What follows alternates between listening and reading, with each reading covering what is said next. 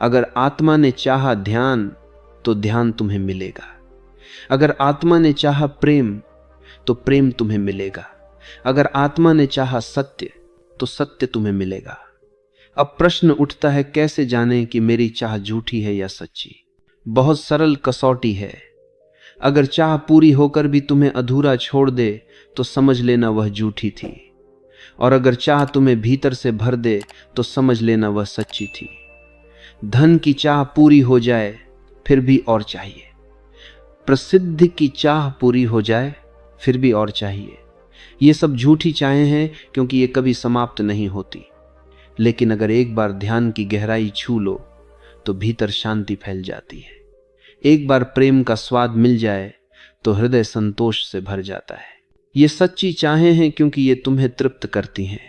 जीवन एक चुनाव है, या तो तुम झूठी चाहों में खोकर बाहर भागते रहो, या फिर सच्ची चाह को पहचान कर भीतर उतर जाओ। झूठी चाहें तुम्हें बंधन देती हैं, सच्ची चाहें तुम्हें मुक्ति देती हैं। झूठी चाहें तुम्हें थका देती हैं, सच्ची चाहें तुम्हें आनंद से भर देती हैं। इसीलिए मैं कहता हूं, सच्ची चाह को पहचानो, क्योंकि वही तुम्हारा मार्ग है, वही तुम्हारा सत्य है। याद रखो, धन, प्रसिद्धि, शक्ति, ये सब झूठी चाहें हैं। प्रेम, शांति, ध्यान, ये सच्ची चाहें हैं। और आत्मा से उठी चाह कभी अधूरी नहीं रहती। मनुष्य का जीवन एक रहस्य है, और इस रहस्य में सबसे कठिन प्रश्न यही है कि तुम सच में क्या चाहते हो।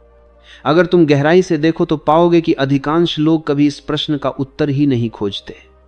वे बिना सोचे समझे दौड़ते रहते हैं, कभी धन के पीछे, कभी प्रसिद्धि के पीछे, कभी संबंधों के पीछे।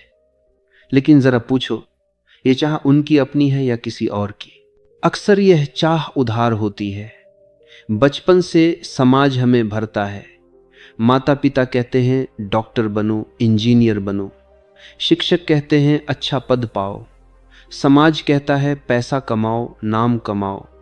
फिल्में, विज्ञापन, मीडिया हर पल ये समझाते हैं कि अगर तुम्हारे पास ये वस्तु है तभी तुम सफल हो। धीरे धीरे मनुष्य भूल जाता है कि उसकी असली चाह क्या थी। वह उधार की चाह को अपनी मानकर जीने लगता है, और यही कारण है कि जीवन में इतनी बेचैनी है। तुम दौड़ते हो, पाते हो, लेकिन भीतर संतोष नहीं आता, क्योंकि वह चाह तुम्हारी थी ही नहीं। तो फिर उपाय क्या है? उपाय है ध्यान। ध्यान तुम्हें यह पहचानने में मदद करता है कि तुम सच में क्या चाहते हो। ध्यान का अर्थ है थोड़ी देर मन को शांत करना, भीतर की हलचल को थमाना। जब मन शांत होता है तो आत्मा की आवाज सुनाई देती है, और वही आवाज तुम्हारी सच्ची चाह है। जैसे तालाब की सतह पर लहरें हों तो तुम उसमें अपना प्रतिबिंब साफ नहीं देख सकते, लेकिन जब लहरें शांत हो जाएं तो पानी दर्पण बन जाता है। ठीक वैसे ही जब मन की लहरें शांत होती हैं तो आत्मा की चाह साफ दिखाई देने लगती है। ध्यान में बैठो, कुछ मत करो, बस मौन हो जाओ। धीरे धीरे तुम्हारे भीतर जो नकली परतें हैं जो समाज ने चढ़ा दी हैं वो गिरने लगती हैं, और फिर भीतर से कोमल सी धुन उठती है। कभी वह प्रेम की होती है, कभी शांति की, कभी सत्य की खोज की। ये वही चाह है जो तुम्हारी असली है। ये चाह उधार नहीं है, ये तुम्हारे अस्तित्व की पुकार है। ध्यान का सबसे बड़ा वरदान है स्पष्टता। ध्यान तुम्हें यह दिखाता है कि कौन सी चाह तुम्हें बंधन की ओर ले जा रही है और कौन सी चाह मुक्ति की ओर। मन कहेगा मुझे बड़ा घर चाहिए, बड़ी गाड़ी चाहिए, लेकिन ध्यान में तुम देखोगे कि यह चाह सतही है।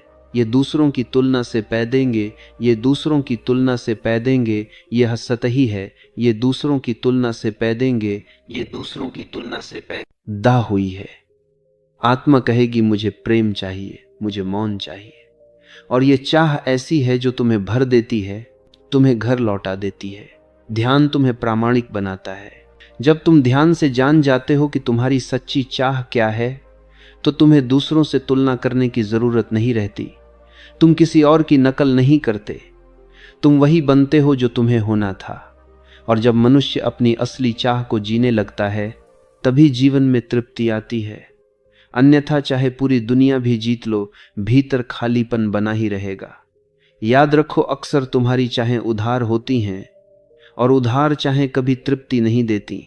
सिर्फ ध्यान ही वह कुंजी है जो तुम्हारी नकली चाहों को हटाकर सच्ची चाह को प्रकट करता है। जब तुम ध्यान में बैठते हो तो धीरे धीरे भीतर की परतें उतरती हैं और अंततः वही चाह सामने आती है जो तुम्हारी आत्मा से उठी है। और याद रखना, जो आत्मा से उठे वह चाह कभी अधूरी नहीं रहती। चाह बीज है, लेकिन विश्वास उस बीज की मिट्टी और जल है। यदि चाह है लेकिन विश्वास नहीं है तो वह चाह कभी फल नहीं सकती। जैसे तुम बीज तो बो दो, लेकिन हर दिन उसे खोद कर देखो अंकुर निकला या नहीं, तो बीज कभी जड़ नहीं पकड़ पाएगा। अक्सर लोग यही गलती करते हैं। वे चाहते तो बहुत कुछ हैं, स्वास्थ्य, प्रेम, शांति, सफलता, लेकिन भीतर ही भीतर लगातार शंका करते रहते हैं। क्या यह संभव होगा? क्या मैं इसके योग्य हूं? क्या ईश्वर मुझे देगा? याद रखो, जहां शंका आती है वहीं ऊर्जा टूट जाती है। चाह सीधी रेखा में नहीं चल पाती, वह टकरा टकरा कर बिखर जाती है। जैसे नदी बहते बहते जगह जगह पत्थरों से टकरा कर रुक जाए। यदि चाह को पूर्णता चाहिए तो भीतर विश्वास की धारा चाहिए। विश्वास का अर्थ है भीतर, यह दृढ़ निश्चय कि यह चाह पूरी होगी, यह निश्चित है। यह वैसा ही है जैसे किसान बीज बोता है। वह जानता है कि अब वृक्ष निकलेगा। वह हर दिन खोद खोद कर नहीं देखता। उसका विश्वास उसे धैर्य देता है। वह जल देता है, प्रतीक्षा करता है, और समय आने पर बीज अंकुरित हो जाता है। मनुष्य का जीवन भी ऐसा ही है। यदि तुम्हारी चाह सच्ची है और उसके साथ विश्वास है तो ब्रह्मांड की सारी शक्तियां तुम्हारी सहायता करने लगती हैं। विश्वास अंधापन नहीं है, यह मूर्खता नहीं है, यह अस्तित्व पर भरोसा है। जैसे छोटा बच्चा अपनी माँ की उंगली पकड़कर चलता है, उसे पता है कि माँ उसे गिरने नहीं देगी। ठीक वैसा ही विश्वास चाहिए। जब तुम भीतर से कहो मैं जो चाहता हूं वह अवश्य होगा, तो यह वाक्य अस्तित्व को संदेश भेज देता है और अस्तित्व तुम्हारे इस संदेश का उत्तर देता है। शंका बीज को जला देती है। यदि तुम बार बार सोचो शायद न हो, शायद असंभव है, तो चाह की ऊर्जा सूखने लगती है। तुम्हारा ही अविश्वास उसे कमजोर कर देता है। याद रखो, शंका कभी कुछ पैदा नहीं करती। शंका सिर्फ नष्ट करती है, और विश्वास सृजन की शक्ति है। विश्वास का अर्थ यह नहीं है कि तुम बैठे रहो और कुछ न करो। विश्वास का अर्थ है तुम अपने कर्म में पूरी ऊर्जा लगाओ, लेकिन परिणाम को लेकर चिंता न करो। तुम्हें पता हो कि मैंने बीज बो दिया है, अब वृक्ष आना ही है। यह भीतर का संकल्प तुम्हें स्थिर करता है। फिर तुम्हारा ध्यान परिणाम से हटकर कर्म पर केंद्रित हो जाता है, और जब कर्म में संपूर्णता होती है तो परिणाम स्वतः प्रकट होता है। चाह तभी फलती है जब उसमें विश्वास हो। यदि तुम बार बार शंका करोगे तो ऊर्जा बिखर जाएगी।